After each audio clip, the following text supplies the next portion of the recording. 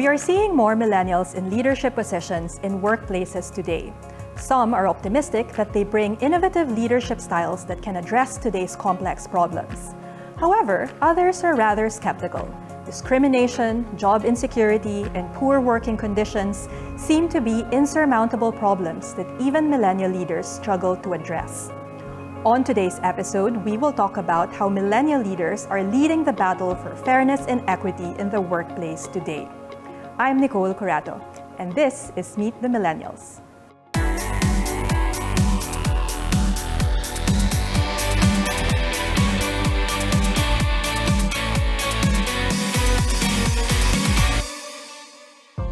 Our first guest on today's program is 𝗁𝗁𝗃𝗏𝗃.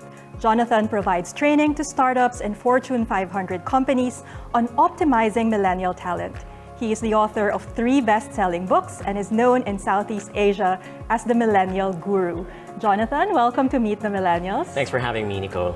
It's always a great opportunity to collaborate with you, especially when we talk about issues in the workplace. And I can't wait to talk about careers. So Jonathan, tell us, are we actually seeing the next generation of leaders who are millennials finally taking the issue of discrimination in the workplace seriously? Definitely. So first and foremost, the millennials are always going to be woke to any social issue. This is a generation that's always been entrenched into anything that I want to know about can be accessed through social media or through Google. It starts from down to, let's say, when the 𝘁cie𝗱𝗆𝘆 bill, for example, was highlighted in the Philippines.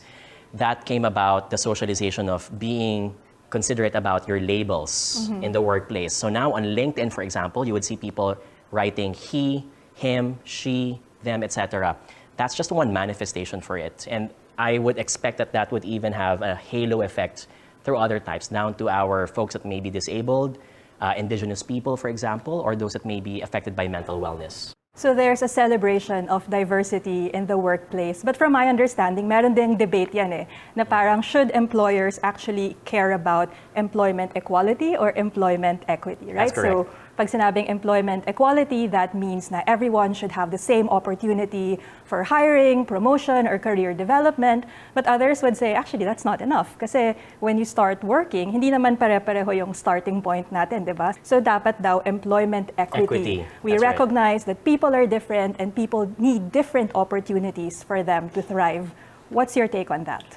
I think it's good that people are finally acknowledging it. And, you know, it might be an intellectual discussion to say na, oh, it's indigenous people, it could be people with mental illness, but it even starts down to, is your employee in the province or in the city? Right. There's equity there because you don't have proper internet access in the provinces compared to the urban. So the subsidies alone for internet connection needs to be leveled up or geared up when you're in the provinces. So those nuances, I'm happy to note that a lot of companies have taken that into consideration, especially when COVID-19 happened.